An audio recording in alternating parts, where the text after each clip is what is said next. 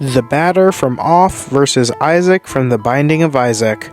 Two indie game characters that come from worlds of imagination, but have darker themings behind them. This is the man who purifies imagination versus the kid who imagined purification. Off is one of my favorite indie games of all time, and I think it deserves a little bit more attention in the versus scene. And The Binding of Isaac is also a series I've had some interesting times with, and I think this fight actually has a lot of interesting parallels. So we are going to see if these two opposing forces collide, who would win in the end of the day. So without wasting any more time, let's take a look at our characters. First, let's take a look at the Batter. Now, the Off series has been in verses for quite a bit, but the full extent of which has been kind of debated throughout the community, of where this series actually scales. So let's take a look at our main character here. The Batter is most likely one of the most powerful forces in the Off series in general, and he has a surprising amount of things he can do. First of all, let's go over his abilities. The Batter can sense any enemy around him like specters without having to see or hear them.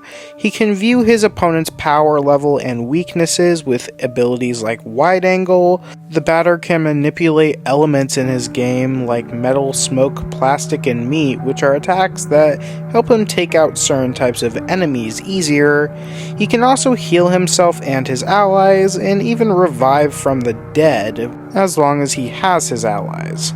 He can even hit and interact with spirits like specters and purify enemies, and while it is kind of unknown how this fully functions, but based on the fact it removes specters, it means purification basically eliminates you on the physical and spiritual level, or practically erasing you from reality, which fits the ideas of the zones in the games pretty well. And he even has stuff called add-ons, basically beings who fight alongside you, those being Epsilon, Omega, and Alpha, which are entities that are similar in power to the Batter and can do all sorts of things, like poison you, lower your accuracy and other stats, prevent an enemy from attacking with palsy, make enemies attack themselves or their allies with madness, ignore defense, and even increase their own stats. So yeah, as you can see, he can do quite a bit, but how exactly powerful is this force of purity? Well, to figure that out, we need to kind of dig deep, since it's kind of complicated how this series actually scales, but we are helped with the 15th anniversary livestream, which actually answers a lot of the questions of how the creators intended for the series to scale. But anyways, first of all are the zones. There is a lot of interpretation that has been around how big these zones actually are, and how exactly powerful the Batter is when he purifies them. So to see how actually impressive this is, we need to look again into that live stream and some of the off lore that is pretty relevantly stated. First of all, it says that the zones use the partial power from the infinite power from the sun, because of the zone guardians using that power to keep their zones maintained.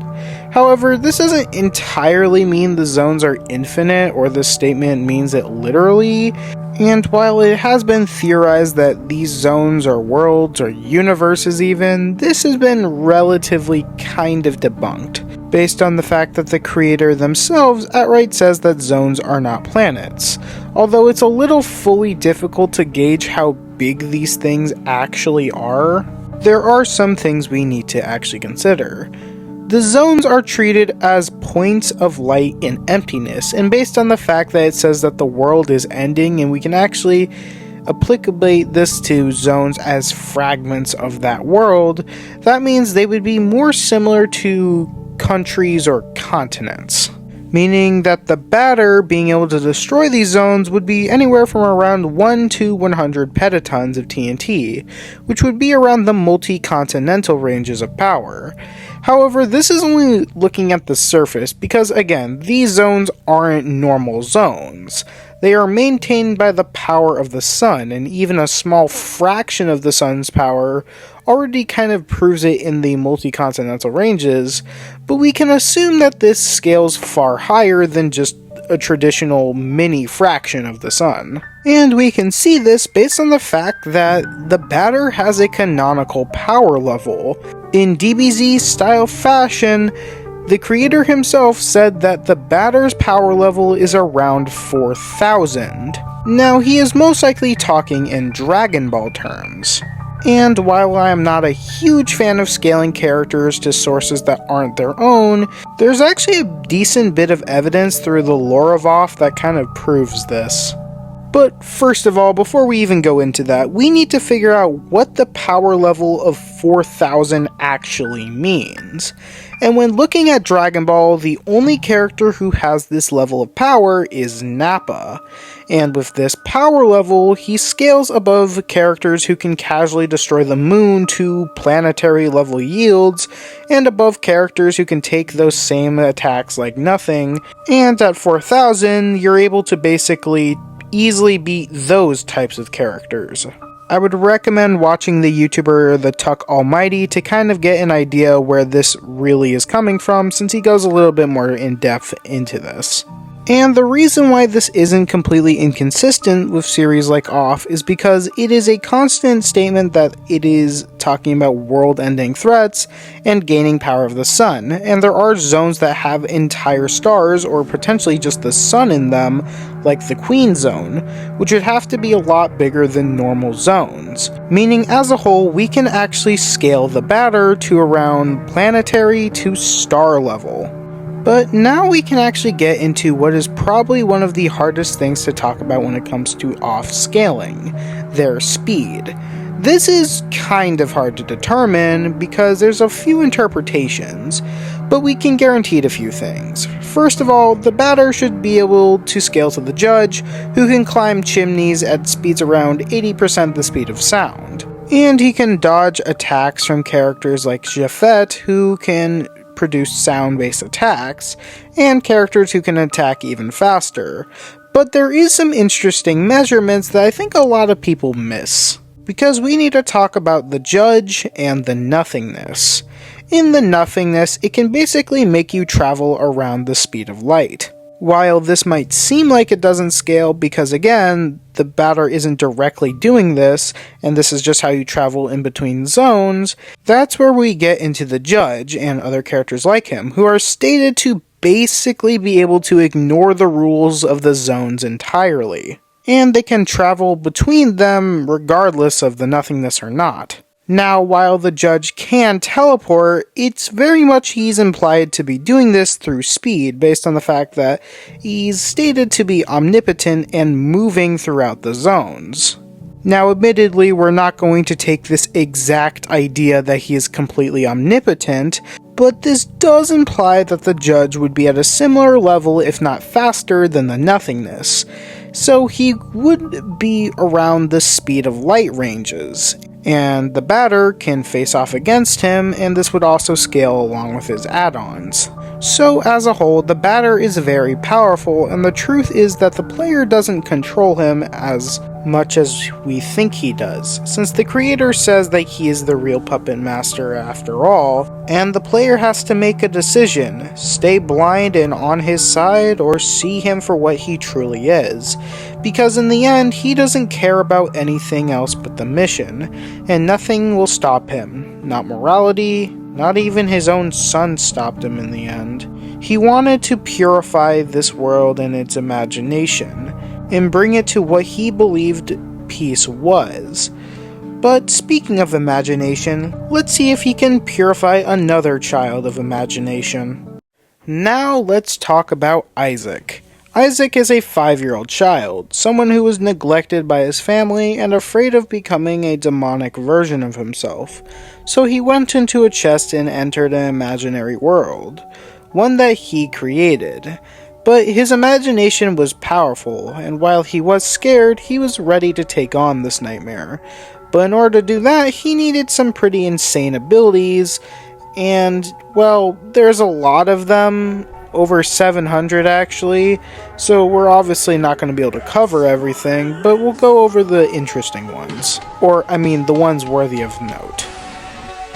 But overall, Isaac can shoot tears out of his bodies to varying degrees of what they can do or damage.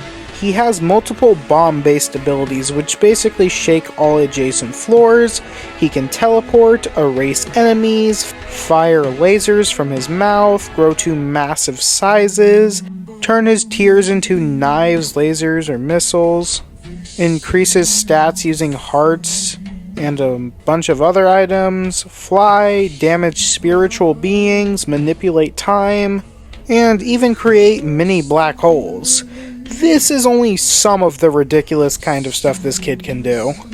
But arguably the most tricky part of figuring out his scaling is kind of similar to the batter, since it's not entirely clear how he fully scales to this, but we can get quite a few things from this. First of all is his more basic feats, where he has bombs like Mega Mama, which he should be able to scale to, which can shake all adjacent floors. This would be up to around 18 to 20 tons of TNT, or around the city block level ranges of power. And looking at his black hole, which seems to be a similar size to a toddler, this black hole would actually be anywhere from around 123 to 173 megatons of TNT, which would put Isaac around the mountain level ranges. But we have more to go over, since that's just base Isaac, and we are including everything else he's been able to do throughout the series, so let's look at a couple factors. First of all, Isaac can boost his stats, but we're not just going to give him gameplay and say he can boost his stats with no hard cap. But we can look at a more fair route by looking at the lore that is presented within the prequel game, The Legend of Bumbo. This is where we get a little bit of an idea of Isaac's world, because his world came from his imagination, or at least the one we play through in the game, where it is actually pretty consistently stated that Isaac's imagination doesn't have any bounds, and while it doesn't mean he can necessarily reach any limit that would go beyond his cosmology, it does mean he would scale to an entire realm, which is an alternate reality, which is separate from the real world. And in terms of speed, Isaac should be relative to his own rocket tiers, which should be in the supersonic ranges of speed, and he should be able to scale to Primstone laser particles and other lasers from characters like the Beast, which should put his speeds into the relativistic ranges. But he can also travel from one end of his world to another, meaning he's most likely even faster than this. So, as a whole, Isaac is ridiculously creative. He has a lot going for him, and he is truly only limited by his own imagination. But can this child really run away from his fate forever, or will he end up getting any sin purified out of him? Let's finally take a look at the matchup itself. Now getting to the analysis, these two actually surprisingly hold up pretty well against each other in a lot of different aspects. And some of these things that we need to go over first are the categories that don't actually matter as much as you might think.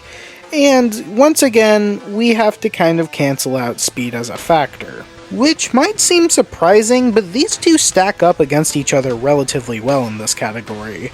Both of them have pretty fast reaction speed feats and are much higher than their cap that we gave them earlier, but to what degree is kind of unknown. So while you can make the argument for either, I think the safest thing here is to just cancel it out here. And to bring this up quickly, experience also isn't much of a factor either, although there is kind of a bit of a caveat to this, but we'll talk about later. But their experience themselves isn't actually much different from each other. Both of them were kind of just spawned into their worlds, have fought a similar amount of enemies, and their time in their zones are relatively comparable, and in quite a big variety, so neither of them necessarily have an advantage of how long they've been doing it or what they have fought. So looking at the factors that I believe matter most, I believe this fight comes down to three things: skill, abilities, and power. First of all, starting with skill. Now, this might not sound too much different from experience, but there are some different ideas. It's not just a matter of how long they've been doing this for or what they have fought. This partially plays into their intelligence and how they fight. and it's pretty clear the batter holds the advantage here. The batter is already very smart when he's able to pretty much deduce his enemies instantly, and he's way more adaptable to Isaac in combat. Isaac is no slouch either, but again, he is afraid of a lot of things in combat, and he has to gain quite a few abilities in order to fight on par with his enemies. And the batter just seems better at exploiting weaknesses and is overall just a more professional about what he does. This is partially helped by the fact that the batter actually has a proper mental state of an adult, while Isaac is really just a child. So as a whole, while Isaac isn't that bad in this category, the batter definitely takes this. But let's see if that changes anything when we look at abilities, and believe it or not, these two are relatively kind of on par with each other. Both of them have quite a few abilities up their sleeves, and while the batters are definitely more intricate when it comes to status effects or direct impact on stats in the fight, Isaac just has a massive versatility advantage in how much he has. He just has a lot he can do and what he can use in comparison to batter, with some of those abilities even being almost the exact same that the batter has as well. And he has stuff that the batter's never seen before, like affecting time and all of that stuff. The batter does have an advantage with stuff like wide angle, which should be able to allow him to view the type of threat Isaac actually is, although since Isaac isn't actually a character from his game, it would be a little hard to say how this would fully work on him. And while the batter does have stuff like Epsilon, Omega, and Alpha, and generally does keep up with Isaac in a lot of different categories, again, the difference is just the versatility Isaac has. He's basically got a lot of what batter has, but more. So as a whole, while again, this is very close, this advantage is going to Isaac. But in the end, it all comes down to the last factor, power. This is where things get a little bit more interesting. Now, the batter is way more powerful than base Isaac, who at best is around the mountain level ranges due to his black hole, compared to a low-end batter being around the continental ranges at the very minimum, and again, the batter can reach all the way up to planetary to star level ranges. And this is increased by the fact that he can boost his own stats, and his add-ons effectively giving him 4 times that power boost because there are 4 characters of that same exact power level. So on the surface, it might seem like Isaac wouldn't be able to handle this, and while technically he can't, we're not just looking at base Isaac. We need to look at his full potential. And this is where we get to Isaac at the very end of the game, basically being able to scale to his whole cosmology, which is basically an entire alternate dimension.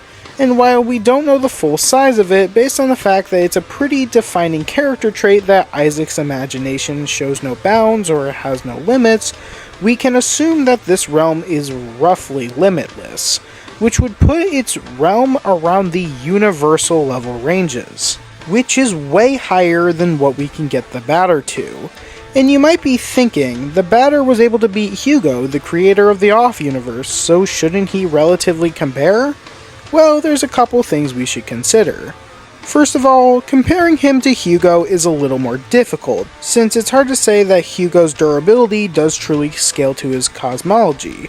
But even if for the sake of things we did say it could, and we could make a potential assumption that batter could hurt and potentially even kill Isaac, it doesn't mean he would beat him, because there are a few things we need to know. First of all, Hugo is more powerful than the batter. The only reason why the batter was able to beat Hugo is because Hugo didn't want to fight back. He believed in the batter and thought he was the only chance that could heal the darkness in the world that he imagined. But it is very clearly shown that Hugo is more powerful than the batter, and the batter isn't fighting a baby who isn't fighting back anymore. He's fighting against a child of a similar level who actually has general fighting experience and is actually going to try fighting back. And we can even take this a step further, since we know the batter cannot survive things that actually are on the universal level, based on the fact that the off switch killed him.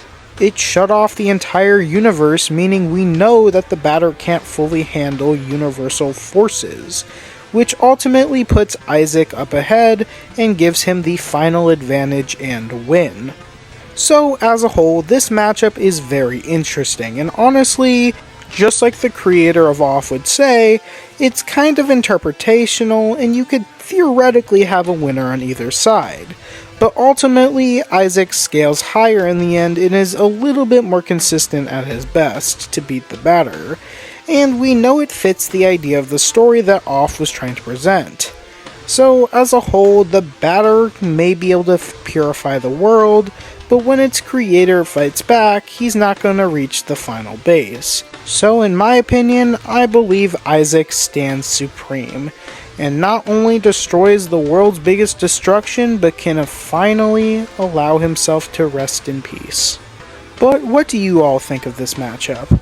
Personally, I found this one of the most interesting and fitting parallels you can have for these two, but I'm curious what you guys all think of this. Did I get this one right, or did I miss some stuff for the batter that might put him ahead? I really enjoyed researching this battle, and I think there's a lot of interesting potential in this matchup. But as a whole, I hope you guys enjoyed this video, and I hope to see you in the next one. Peace.